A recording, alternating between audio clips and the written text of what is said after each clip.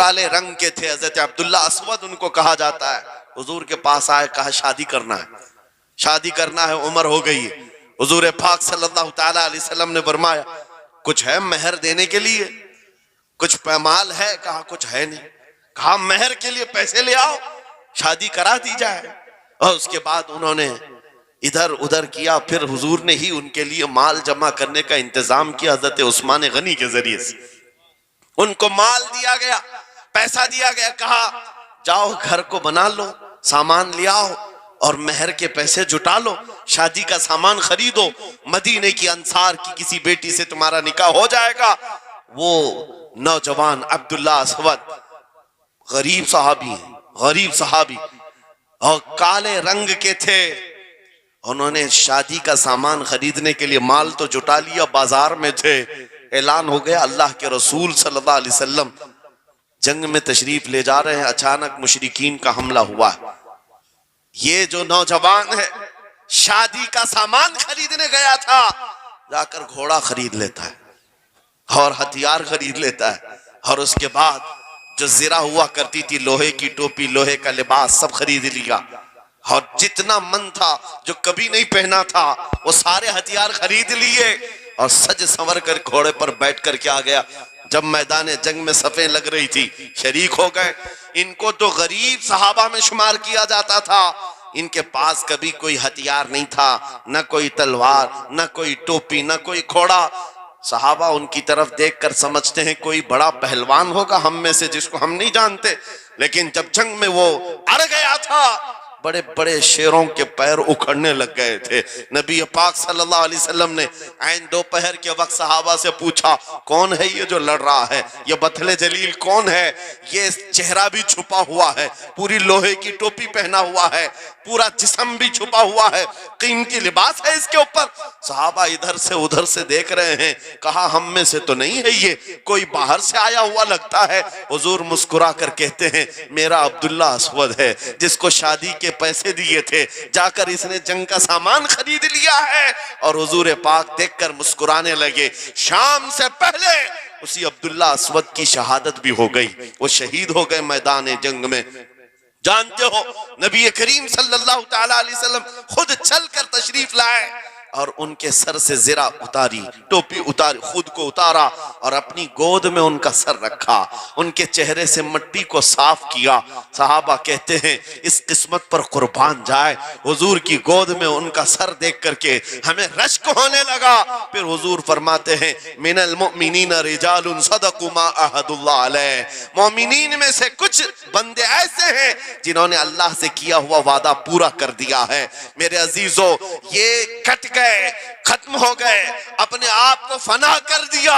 कौन सी चीज थी जो इन्हें मैदान में ले आती थी? कौन सी चीज थी जो इन्हें बिस्तर से उठा लाती थी? कौन सी चीज थी जो बाजार में शादी के सामान खरीदने से बदलकर वो हथियार खरीदने पर आ जाए? अरे जंग में जाना कोई क्रिकेट और फुटबॉल का मैदान नहीं है। हथेली में जान लेकर के जाना है। अच्छे अच्छों के हालात खराब हो जाते हैं, एक डंडा देख ले। लेकिन वो नबी पाक सल्लल्लाहु अलैहि वसल्लम के साथ ऐसे निकल पड़ते थे जैसे लगता है रोज का काम है। ये कौन सी चीज है जो उन्हें लाती थी?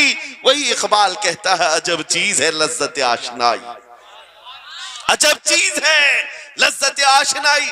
बद्र के मैदान में हुजूर जा रहे थे, एक घर में रात को लड़ाई चल रही है। किसके दरमियान? बाप और बेटे के दरमियान। बाप बूढ़े हो गए हैं, बेटा लड़ रहा है। अब्बा आप नहीं जाएंगे, आप घर में रहेंगे, मैं जाऊंगा। बाप कहते हैं नहीं बेटा तू घर संभाल, मैं जाता हूं, मेरी उम्र हो गई है, मैं जाऊंगा हुजूर के साथ। तकरार इतनी बढ़ गई कि उन्होंने कुरान अंदाजी की। चिट्ठी डालेंगे, जिसका नाम निकलेगा हो जाएगा। कुरान अंदाजी हुई 3 बार, 3 बार भी हुई तो बेटे का ही नाम निकला। बाप ने कहा मुझे नहीं चाहिए ये तेरी कुरान अंदाजी, मैं हुजूर के पास ले चलता, मैं हुजूर के पास जाऊंगा। अजब चीज है लज्जत आशनाई। हुजूर के साथ जाने का जज्बा कैसा था? अरे वो कुरान अंदाजी कर रहे हैं अपने आप को कुर्बान करने के लिए। कोई मिठाई की तकसीम नहीं हो रही थी कि जाकर के मिठाई एक लड्डू ले आएंगे। वो जंग के मैदान में जाने के लिए कुरान अंदाजी कर रहे हैं। बाप बेटे की तकरार। फिर आए बारगाह मुस्तफा में, दोनों ने दलीलें रखी। बाप ने कहा यह जवान है, घर संभालेगा, मुझे आपके साथ जाने की इजाजत दीजिए। बेटे ने कहा या रसूल अल्लाह, मैदान जंग जवानों से ज्यादा भरपूर होना चाहिए, ताकत का ज्यादा इस्तेमाल होता है। मेरे बाप को आप कहें घर पर देखें, यहाँ के हालात वो संभाले, मैं आपके साथ चलूंगा। हुजूर पाक ने जवान की बात सुन ली और बूढ़े सहाबी से कहा आप घर पर रहे, आपका जवान जाएगा। इतना जुमला कहना था, चीख निकली उनकी, भाड़े मारकर रोने लगे। कहा हाय अफसोस, इस बुढ़ापे पर तुफ है मुझे, इस बुढ़ापे ने मुझे नबी से दूर कर दिया। अजब चीज है लज्जत आशनाई, अजब चीज है लज्जत आशनाई। वो बूढ़े हो जाते तब भी ये सोचते कि हुजूर के साथ जाने का मौका मिले। एक खातून आई, मैं ये सब मिसालें रखता हूं। ऐ नौजवानों, फिर तुमसे पूछता हूं, क्या लज्जत आशनाई तुम्हें भी मिली है? हुजूर की बारगाह में अपने आप को फिदा करना या अपनी दुनिया को ठोकर मारने का जज्बा कभी आया है? एक खातून हुजूर के दरबार में आई। जब हुजूर सल्लल्लाहु तआला अलैहि वसल्लम किसी मैदान की तरफ जा रहे थे, वो भी जंग का हाल था, कई जंगें लड़ी गई। एक खातून आई 1.5 साल का बच्चा लेकर। कहा या रसूल अल्लाह, मदीने की सारी माएं अपने जवान लड़के भेज रही थी, मेरे घर में कोई नहीं था, एक 1.5 साल का बच्चा है, मैं इसको ले आई हूं, इसको कबूल कर ले। तवज्जो, मां का कलेजा कैसा होता है, मां की ममता। 1.5 साल के बच्चे को लेकर आई, कहा इसको कबूल कर ले। हुजूर ने पूछा इसका क्या करेंगे? वो खातून कहती है या रसूल अल्लाह, मेरे शोहर शहीद हो गए और मेरे पास सिवाय इस बेटे के कोई नहीं। हाँ, मुझे अंदाजा है मेरा बेटा चल फिर नहीं सकता, तीर तलवार नहीं उठा सकता, ये जंग में जाने के काबिल नहीं, लेकिन मैं इस हिस्से से महरूम नहीं होना चाहती जो मदीने की हर मां ले रही है। बस या रसूल अल्लाह, मेरे बेटे को आप किसी मुजाहिद के हाथ में दे दें, जब दुश्मनों की तरफ से तीर चले मेरा बच्चा ढाल के काम तो आ सकता है, मेरा बच्चा ढाल के काम तो आ सकता है। अजब चीज है लज्जत आशनाई, अजब चीज है लज्जत आशनाई। जिसे ये आशनाई की लज्जत मिली है, उसने मुस्तफा करीम के कदमों में बच्चे भी वार दिए, सब लुटा दिया है। उनके लिए माल की कोई अहमियत नहीं थी। आपको पता है सिद्दीक अकबर रदियल्लाहु ताला अन्हु के घर एक बार रसूल करीम सल्लल्लाहु अलैहि वसल्लम तशरीफ लाए और वो उस वक्त इबादत में मसरूफ थे। अचानक हुजूर करीम अकरम सल्लल्लाहु ताला अलैहि वसल्लम घर जैसी आए, दरवाजा खुला, हुजूर सीधे एक कमरे की तरफ गए, वहां एक संदूक रखा था और उसमें कुछ माल था। हुजूर अकरम सल्लल्लाहु ताला अलैहि वसल्लम ने उस संदूक से माल को उठाया। हजरत अबू बकर सिद्दीक मुस्कुराए और कहा शुक्रन लिल्लाह, ऐ अल्लाह तेरा शुक्र है। हुजूर पाक ने उनके माल को जैसे उठाया, कहते हैं मैं अभी अल्लाह करीम की बारगाह में दुआ यही कर रहा था, ऐ मौला बस तू इतना करम कर दे, तेरा रसूल मेरा पूरा माल अपना समझा करे, अपना समझ ले। वो अपने आप को सब लुटा देते, फिर कहते मेरे अजीजों, अजब चीज है लज्जत आशनाई। जिसे ये मिल गई हर मुसीबत उसे छोटी लगती है, हर मुसीबत हल्की लगती है।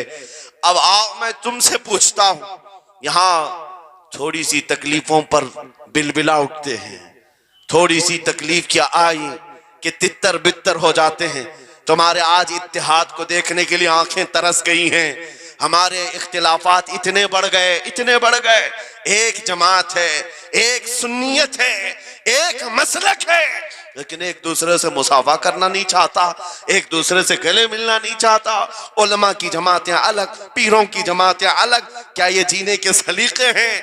क्या तुम्हें लज्जत आशनाई नहीं मिली है? नबी करीम सल्लल्लाहु ताला अलैहि वसल्लम की आशनाई की लज्जत जिसे मिलती है वो नफ्स को मार देता है। उसके पास सिवाय हुजूर की निस्बत के किसी चीज का ख्याल नहीं होता, किसी चीज का ख्याल नहीं होता।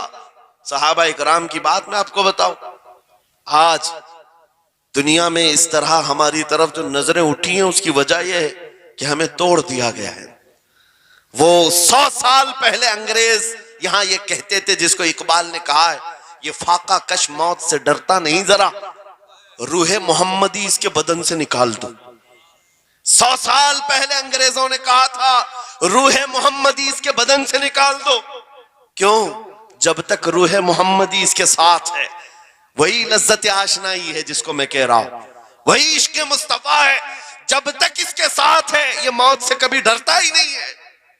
इसको मौत से डराना है तो ये इस इश्क की दौलत को खींच लो, निकाल लो, रूह मोहम्मदी इसके बदन से निकाल दो। तुम सब नौजवानों को मैं तंबीह करता हूं मेरे अजीजों, रूह मोहम्मदी तुमसे छीनने के लिए दुनिया ने एड़ी चोटी का जोर लगा दिया है। तुम्हारे मुट्ठी में हर गुनाह को लाकर जमा करने की कोशिश की गई है। तुम्हारी आंखों को आज खरीद लिया गया, तुम्हारी हया का कत्ल कर दिया गया, तुम्हारे अखलाक कहां चले गए। हमारा वो नौजवान जब निकलता था तो उसके लिए फरिश्ते इस्तकबाल करें। उम्मत मोहम्मदिया का वो गयूर जवान जिसके लिए अल्लाह ताला ने तूफानों के रुख मोड़ दिए, समंदरों में रास्ते बना दिए, सिमट कर पहाड़ उनकी हैबत से राई। आज उसका हाल ये है कि पूरी रात पबजी में गुजार रहा है, ये टिकटॉक पर मुजरे कर रहा है। ये ला करके तुम्हारे हाथों में इसीलिए थमाया गया है, इसीलिए थमाया गया है। और एक जुमला मैं कहता हूं अजीजों, जब शेर अपनी शेरी छोड़ देता है तो बहुत सारे कुत्ते भौंकने लग जाते हैं। हाँ, कुत्तों के अंदर दम आ जाता है। आज देख रहे हैं हम, इधर से कुत्ता उधर से कुत्ता, हर कोई मुंह उठाए भौंके जा रहा है, कभी हुजूर पर, कभी इस्लाम पर, कभी कुरान पर। उसकी वजह क्या है? मोहम्मद अरबी के शेरों को नींद आ गई है, ये गफलत में है। और यही चाहती भी है दुनिया कि ये नौजवान नशा में मुलविस रहे, ये धुत रहे, हुस्न के पीछे भागते रहे, दौलत के पीछे एक दूसरे का कत्ल करते रहे।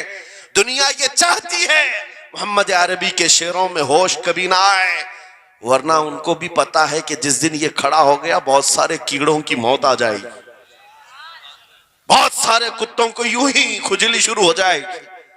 तुम्हें उठने देना नहीं चाहती दुनिया, कभी कभी बेदार होने नहीं देना चाहती, मगर जब तक हमारे पास आवाज है, जब तक जुबान है, हम बोलते रहेंगे। एक ही चीज है जो तुम्हें यहां से वहां ले जाती है, वो कौन सी है? कि मोहम्मद से वफा तूने, तो हम तेरे हैं। ये जहां चीज है क्या लौह कलम तेरे हैं। नारे तकबीर, नारे रिसालत, मुनाजिर अहले सुन्नत अल्लामा सलमान रजा साहिब क़िबला। मेरे अजीजों, एक बात याद रख करके चलो, दुनिया आज कहती है इनके पास कुछ नहीं है, तुम्हारे पास कुछ नहीं है, सही कहती। अखबार में यही छपा, रिपोर्टों में यही छपा, सुप्रीम कोर्ट के रिटायर्ड जजों ने मिलकर के टीम बनाई और हमारा सर्वे किया हिंदुस्तान भर का, कहा कि ये बैकवर्ड हैं, इनके पास एजुकेशन नहीं रह गया, डिपार्टमेंट में इनकी नुमाइंदगी नहीं है, ये पढ़े लिखे नहीं है, माल में भी कम है, नौकरियों में भी कम है, सब रिपोर्टें इनके पास हैं। फिर मैं कहता हूं ये मीडिया के कुत्ते 24 घंटे हम पर भौंकते क्यों हैं? जब कुछ भी नहीं है, बैकवर्ड है, टूटी हुई बिखरी हुई कौम है, तो क्यों हम पर भौंकते हो बार बार? तुम्हें मैं बताता हूं, ये बार बार भौंक कर बताते तुम कुछ हो, तुम्हारे पास कुछ है, कुछ है। उनको पता है, तुम्हें नहीं पता है। तुम कह रहे हो नहीं मेरे पास कुछ नहीं है, सुबह टीवी चालू करो, कहे नहीं तेरे पास कुछ है। वरना एक टूटी बिखरी गरीब कौम पर कौन 24 घंटे सर्व करेगा? हमें पता है, सारे इलेक्शन भी हमारे नाम से लड़े जाते हैं। हाँ, तुम्हारे मजमे उस वक्त तक गर्म नहीं होते जब तक हमारा नाम ना ले लो। हाँ, दूसरों को डराने के लिए हमारा नाम चाहिए, और कई मीडिया, दज्जाली मीडिया के चैनल चलते हैं, उनकी दुकान हमारे नाम से। ये सारी बातें आपको सिर्फ इसलिए बताता हूं, वो भोंक भोंक कर बता रहे हैं कि तुम्हारे पास कुछ है, कुछ है। वो क्या है?